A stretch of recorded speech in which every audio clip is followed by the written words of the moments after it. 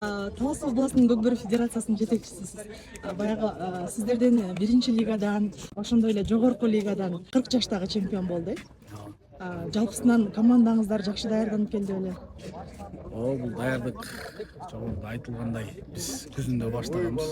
Жетекчи болуп дайындалгандан баштап айыл өкмөттөр чемпионаты, андан кийин райондор аралык чемпионат өтүп, ошол жактагы эле ушул 40 жаштагы байкелерибиз кошо чыгып жүргөн, машыгуу жакшы болуптур. Командалар жакшы түптөлүп, ошол командалар жетектеп жүргөн байкелерибизге, ийгилерибизге Аллахтан ыраазы болсун. Ушундай жакшы ийгиликтер биздин федерацияга чоң жетишкендик. Мындан да токтоп калбай иштерибизди уланта беребиз. Көкбөрүгө кошкон салымыбыз ошол болсун. 3 командаңыз жеңишке жетип турат.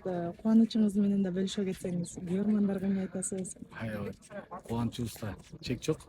Ушул бизди колдоп жүргөн күйөрмандарыбыз барыңыздарга команданын атынан ыраазычылык билдирип кетмекчимин. Ынтымак командасынын атынан, Талас командасынын атынан жана ийгилик командасынын атынан 2 күндөн бери жогорку лигада жакшы оюндарды көрсөттүк. Кудай буйруса жогорку лиганын 6 командасынын 3-өө биздин Талас областынын командалары болуп калды. Жогорку лигада 3 командаңыздар. 3 командабыз болду. Куттуктайбыз анда. Рахмат, чоң рахмат. Ийгиликтерди багындырып жүрө бериңиздер. Чоң рахмат.